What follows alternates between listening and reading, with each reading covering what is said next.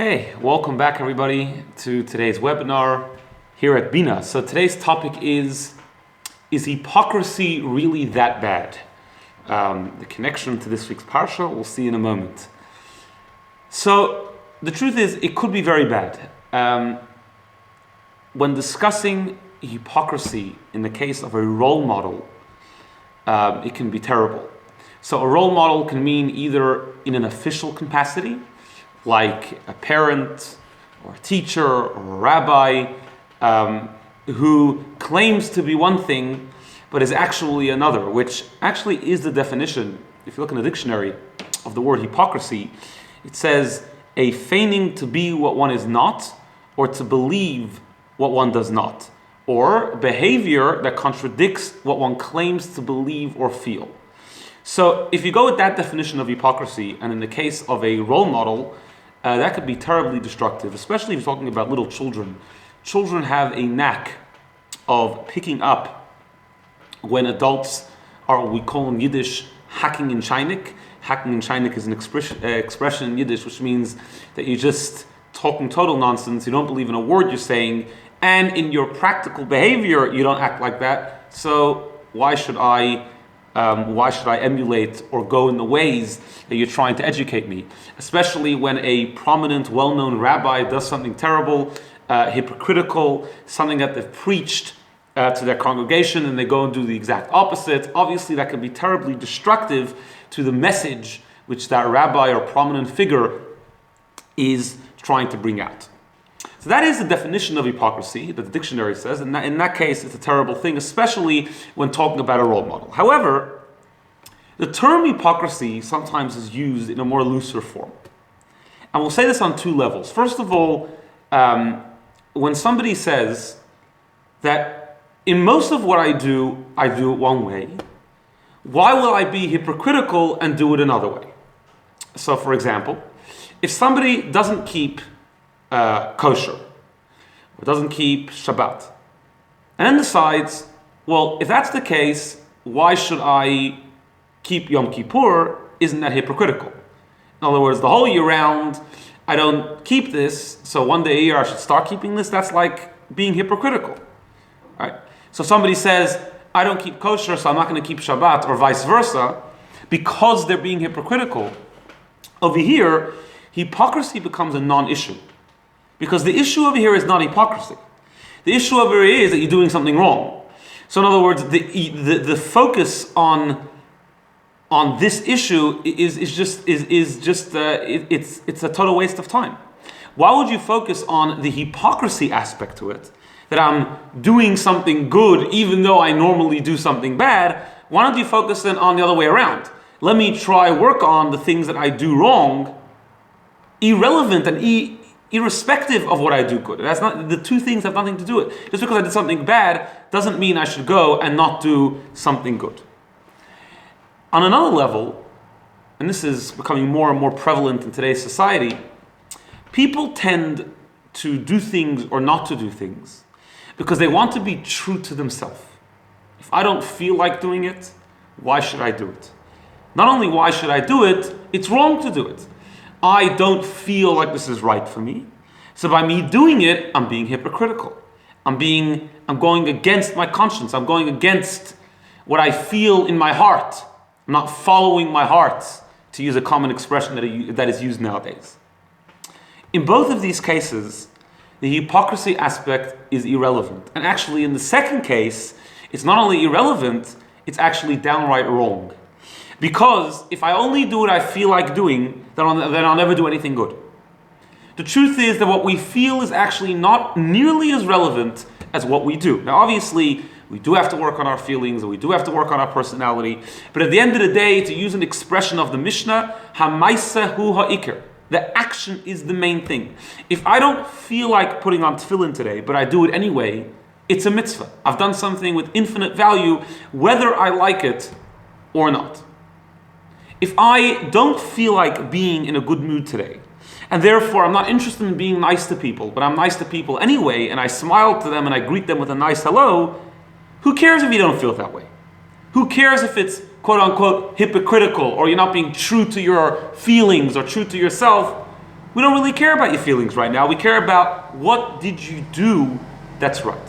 So in other words, at the end of the day, yes, of course, one has to deal with their feelings, and it is important, but when it comes to the action, it's irrelevant. When it comes to the action, God doesn't really care if you felt like doing the right thing. He cares if you actually did the right thing.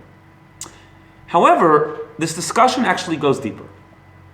Because not only is it wrong to care about it because hypocrisy over here is not the issue, in fact, it's actually not being hypocritical. And in fact, you are being true to your real self. And this is where the parsha of the week comes in. In this week's parsha, we learn about the many vessels that were made for the temple, for the Mishkan.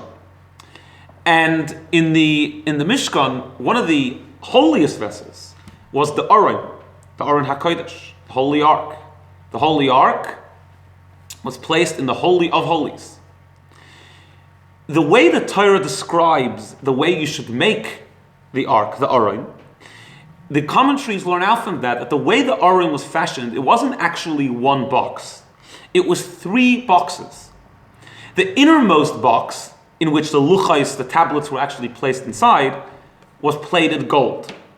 The middle box was left wood, and the most outer box was plated gold again. So it was gold, wood, gold.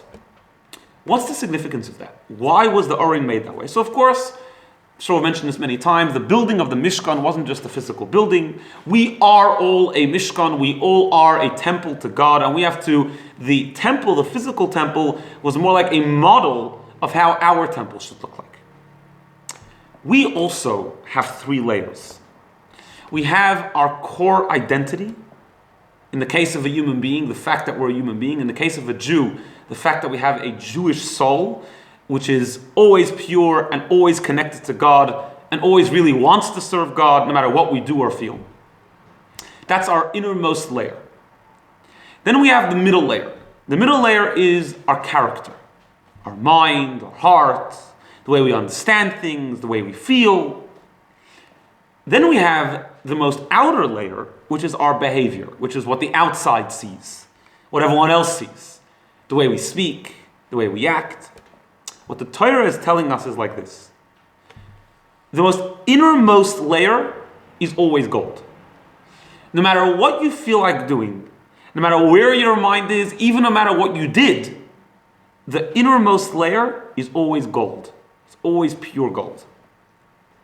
The outer layer, which is our behavior, is always expected to be gold. There is no excuse not to do the right thing. We always are in control. Now, obviously, no one's judging anybody, but in terms of the eyes of God, we are always expected to behave the right way. Because no matter what circumstance we're for the most part, obviously we're not talking about extreme circumstances, but for the most part, we are in control of our actions. Even if I'm in a terrible mood, I can still be nice. I can still act nice. So we are in control of our speech and our action. That is always expected to be pure gold. The part of us which is sometimes rotten, and we're not even expected that it should always be gold, is the middle. The one which is wood. Wood can rot. That's our character. That's our mind. That's our heart. So in other words, like this. Our innermost layer is always gold. The middle, our character, our minds, our heart, our feelings, what we feel like doing, is sometimes, and maybe most of the times, rotten. Depends on the person. Some people never feel like being nice. But that doesn't mean that the outer layer shouldn't be gold. Why? Because the outer layer, if it's gold, it's going to be a reflection of your truth, of your real self, of their innermost layer, which is always gold, which always does want to do the right thing. So not only is hypocrisy a non-issue in terms of doing something even though I don't feel like doing it. It is an issue when someone claims to be something and acts differently, because that then negatively affects other people, and people get turned off from that. But it's not only is it a non-issue when you're talking about doing something that you don't feel like doing, or doing something's good even though I have done something's bad. Not only is it a non-issue, but it's not even really hypocritical. And you are being true to yourself, just not what true to yourself the way most of the world uses that phrase. When that phrase is usually used, being true to yourself usually means be true to your feelings, be true to your heart. But that is not your real self. Your feelings change every day. That is not really you. The real you is your core identity. The real you is your soul. And that is always pure gold. And when I act like pure gold, when I do the right thing, then I'm not being hypocritical. I may be doing in contrary to the wooden layer, but it's only in sync and in total harmony and in a true expression of the innermost layer, which is pure gold, our pure soul, which is always connecting and wanting to do what God wants. Have a good day.